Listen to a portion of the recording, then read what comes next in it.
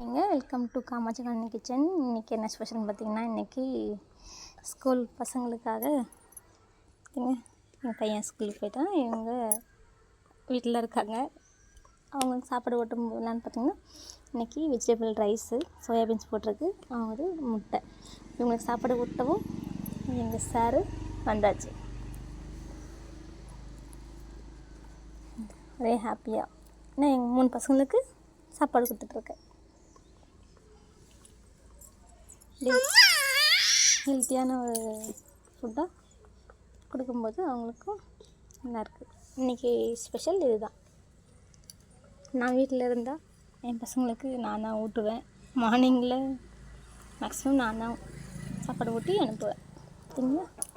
அவங்க லவர், அவங்க ஜோடி, பக்கத்து வீட்டு கோழி, அவங்களும் வந்துட்டாங்க. சார் வந்ததும் தேங்க்யூ.